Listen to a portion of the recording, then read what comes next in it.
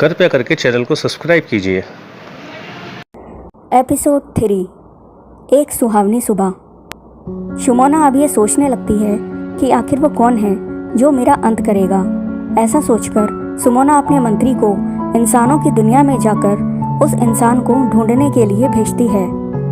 इंसानों की दुनिया में उत्तर प्रदेश का बनारस शहर जो कि बहुत सुंदर है। यहाँ दूर दूर से लोग घूमने आते हैं। यहाँ कदम कदम पर घाट हैं, मंदिर हैं। हर दिन सुबह शाम घाटों पर घंटियों की आरती की आवाज़ें सुनाई देती हैं जो इस शहर की खूबसूरती में चार चांद लगा देते हैं। यहीं इसी शहर में थोड़ी दूर पर एक घर है जिसमें एक लड़की रहती है जिसका नाम है अन्वी, जो एक साधारण परिवार से है।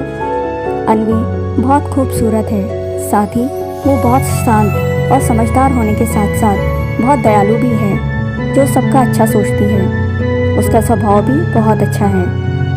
अन्वी को बचपन से ही कुछ सपने आते हैं जिसमें वो खुद को एक राजकुमारी के रूप में देखती है। साथ ही साथ उसमें बचपन से ही कुछ दिव्य शक्तियाँ भी हैं जिनसे वो अभी अनजान है। अन्वी के माता पिता बचपन में एक एक्सीडेंट में मर गए थे। अन्वी अपनी बुआ के साथ रहती है। अन्वी की बुआ का कोई अपना परिवार नहीं है। उनके पति की मृत्यु बहुत पहले हो गई थी। अन्वी की परवरिश उसकी बुआ ने की है। कहानी आगे बढ़ती है एक सुहावने दिन से। आज का दिन बहुत ही खूबसूरत और सुहावना है। सुबह का समय है और अन्वी अपने कमरे में अपने बेड पर सो रही है।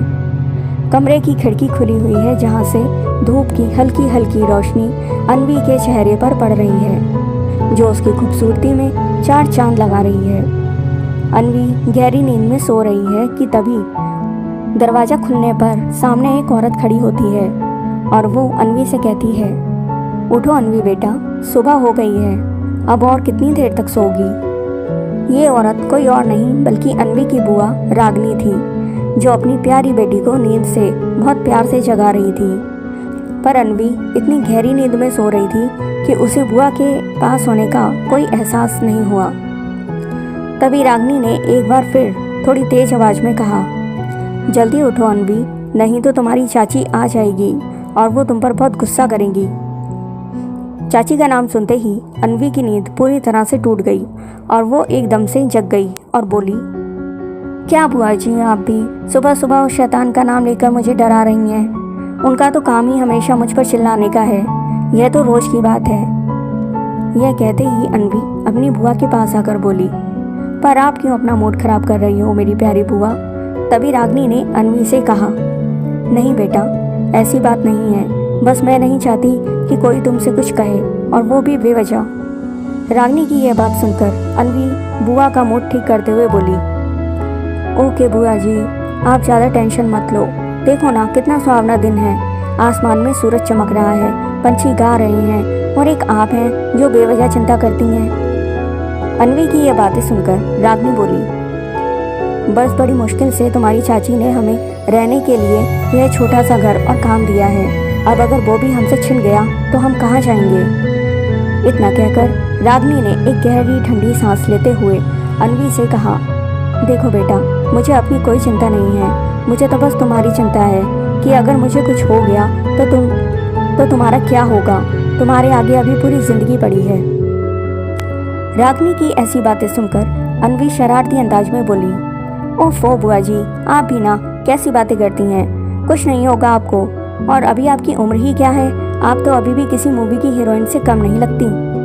अन्वी की इस बात पर रागनी ने अन्वी के गाल पर एक चपत लगाते हुए कहा, चल बदमाश, अपनी बुआ का मजाक बना रही है। तभी अन्वी हंस पड़ी और बोली, नहीं मेरी प्यारी बुआ, मैं कोई मजाक नहीं कर रही, मैं फौरन तैयार होकर चाची के घर जाती हूँ। अन्वी की बात सुनकर अब रागनी थोड़ा मुस्कुरा दी और बोली, ठीक है, तुम जल्दी से तैयार हो जाओ, मैं तुम्हारे लिए नाश्ता लगाती हूँ। यह कहकर रागनी किचन की तरफ चली गई। तभी रागनी के जाने के बाद अन्वी ने सामने की दीवार पर लगी घड़ी को देखा।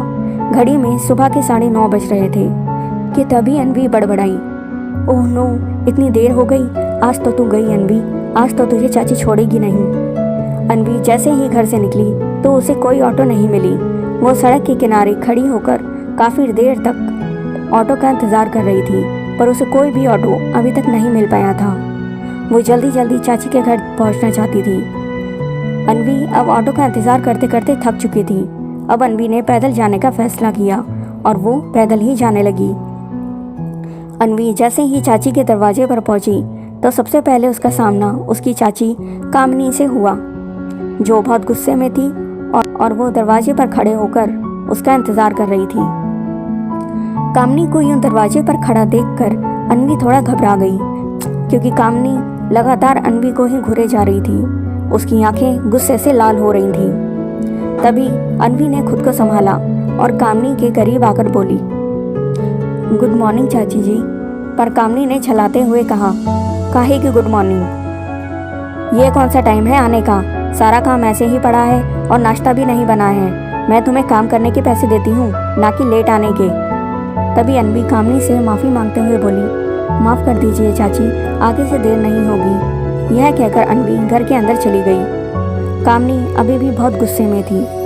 कामनी बहुत ही लालची, चालाक, बेरहम और खतरनाक औरत थी। उसके चेहरे से उसकी चालाकी साफ नजर आती थी।